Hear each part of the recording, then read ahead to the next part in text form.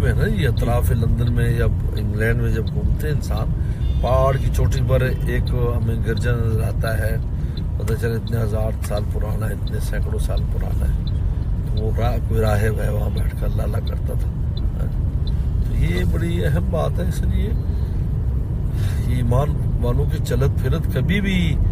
دیکھیں، پہلے ہمارے مشائخ میں یہی تھا کہ دور رہتے تھے یا دار کفر میں نہیں جاتے تھے، لیکن جو مشائخ جن مشائخ کو اللہ تعالیٰ نے باقی امت کی ہدایت کے لیے سمجھ کے لیے قبول کیا ہے، انہوں نے کبھی بھی ایسی چیز اختیار نہیں کی۔ چنانچہ حکیم الامت تھانوی رحمۃ اللہ اس زمانے میں بھی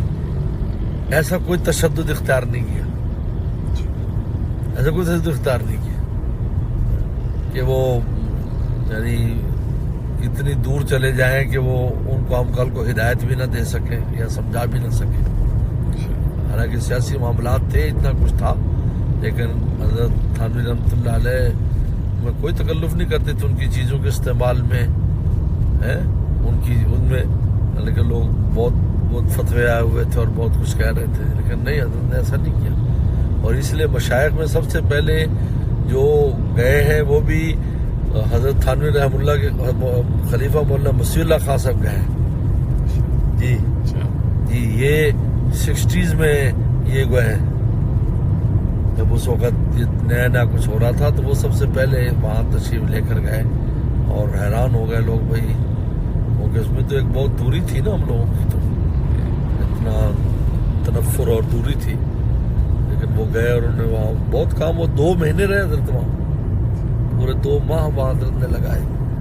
پھر مشائخ جان لگ گئے اور جماعت کا کام، اور یہی دور ہے جس وقت یہ اٹھنے لگا ہے کام۔ حضرت شیخ ذکر رحمہ اللہ نے وہ ادارہ کھلوا دیا، اس ادارے کی ایسی خیر و برکات ہے مولانا یوسف مطالعہ صاحب رحمۃ اللہ علیہ کے ذریعے۔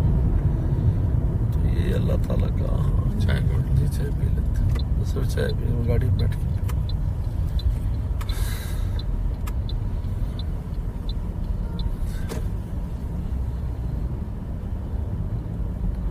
میں تو کہتا ہوں مسلمان کا تو کہیں گھومنا پھرنے سے بھی، سچا مسلمان ہو اس سے بھی ظلمت کم ہو جاتی ہے۔ چائے لے آؤ، پانی بھی لے آؤ۔